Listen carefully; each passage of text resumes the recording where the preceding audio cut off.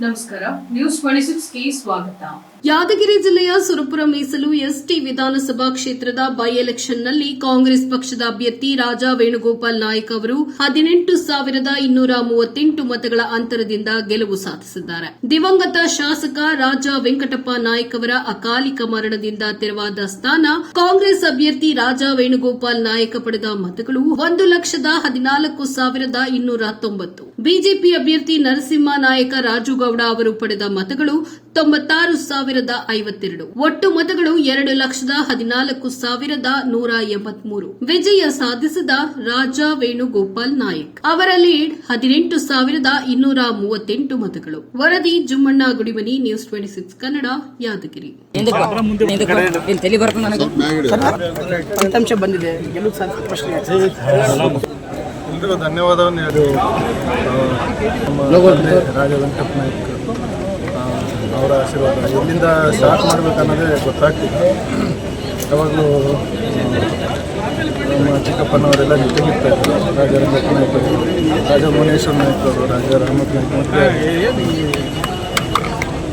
ಮಾತು ಬರೋದಿಲ್ಲ. ನನ್ನ ಜೊತೆ ಬೆಳೆದಂಥ ರಾಜಾ ರೂಪಕುಮಾರ್ ನಾಯಕ್ ನಮ್ಮನ್ನು ಅವರನ್ನು ಜಾಸ್ತಿ ಮಿಸ್ ಮಾಡ್ಕೊಡ್ತಿದ್ವಿ. ನಮ್ಮ ಪಕ್ಷದವರು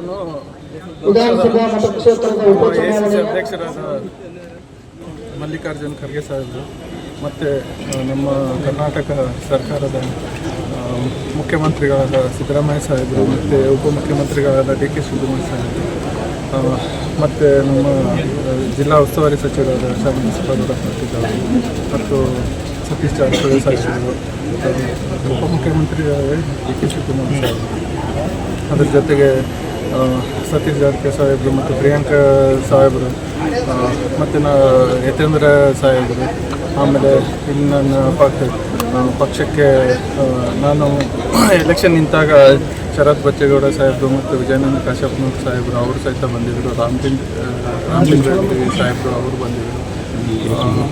ಮುನಿಯಪ್ಪ ಸಾಹೇಬರು ಬಂದಿದ್ದರು. ಮತ್ತು ಎಲ್ಲ ಮತ ಬಾಂಧವರು ಮತ್ತು ನಮ್ಮ ತಂದೆಯವರ ಆಶೀರ್ವಾದ, ಪಕ್ಷದ ಆಶೀರ್ವಾದ ಇಂದ ಗೆಲುವನ್ನು ಸಾಧಿಸಿನಿ. ನನ್ನ ತಲೆಯಲ್ಲಿದ್ದು ಇಷ್ಟೇ, ಗೆಲುವಿಗಿಂತ ಹೆಚ್ಚಾಗಿ ಗೆದ್ದ ಮೇಲೆ ನಮ್ಮ ತಂದೆಯವರು ಯಾವ ರೀತಿ ಕೆಲಸ ಮಾಡ್ತಿದ್ರು ಅದಕ್ಕಿಂತ ಹೆಚ್ಚಿನ ಕೆಲಸ ಮಾಡಬೇಕು ಅನ್ನೋದು ಒಂದು ತಲೆಯಲ್ಲಿ ಇಟ್ಕೊಂಡು ನಾನು ಚುನಾವಣೆ ಎದುರಿಸ್ತೀನಿ.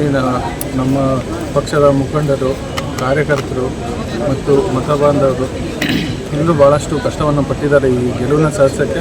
ಅದು ಯಾಕೆ ಅಷ್ಟು ಕಷ್ಟಪಟ್ಟಿದ್ದಾರೆ ಅಂತ ಹೇಳಿದ್ರೆ, ಅಭಿವೃದ್ಧಿ ಅಧಿಕಾರ ರಾಜಾ ವೆಂಕಟಪ್ಪ ಅವರು ಭಾಳಷ್ಟು ಕೆಲಸಗಳನ್ನು ಮಾಡ್ಕೊಂಡು ಹೋಗಿದ್ದಾರೆ. ಅದು ಮುಂದಿನ ದಿವಸ ಅವ್ರ ಮಗನಿಂದ ಮಾಡೋಕ್ಕಾಗ್ತದೆ ಅಂತ ಹೇಳ್ಬಿಟ್ಟು ಎಲ್ಲರೂ ಆಶೀರ್ವಾದ ಮಾಡಿದ್ರೆ ಅದಕ್ಕೆ ನಾನು ಮುಂದಿನ ದಿವಸದಲ್ಲಿ ಅವರ ಆಸೆನ ಪೂರೈಸ್ತೀನಿ, ನಮ್ಮ ತಂದೆಯವರ ಆಸೆನೂ ಪೂರೈಸ್ತೀನಿ ಅನ್ನೋ ಒಂದು ಮಾತನ್ನು ಹೇಳ್ತೀನಿ. ಪ್ರತಿಯೊಬ್ಬರು ಭಾಳಷ್ಟು ಕಷ್ಟಪಟ್ಟಿದ್ದಾರೆ. ಯಾಕಂದರೆ ನಮ್ಮ ತಂದೆಯವ್ರು ತೀರ್ಕೊಂಡ ತಕ್ಷಣ ಏನೂ ತಿಳಿಲೇ ಇಲ್ಲ. ಅವತ್ತಿಂದ 3 ತಿಂಗಳಾಯಿತು ಹೀಗೆ ಹೋಗ್ತಾ ಇದ್ದೀವಿ. ಗೆಲುವು ಬಂದದ, ಅದಕ್ಕೆ ಎಲ್ರಿಗೂ ಧನ್ಯವಾದವನ್ನು ಹೇಳ್ತೀನಿ. ಇದಾಗಿತ್ತು ಲೇಟೆಸ್ಟ್ ಅಪ್ಡೇಟ್ಸ್. ಇನ್ನಷ್ಟು ಸುದ್ದಿಗಾಗಿ ನೋಡ್ತಾ ಇರಿ ನ್ಯೂಸ್ 26 ಕನ್ನಡ. ನಾವು ನಿಮ್ಮೊಂದಿಗೆ.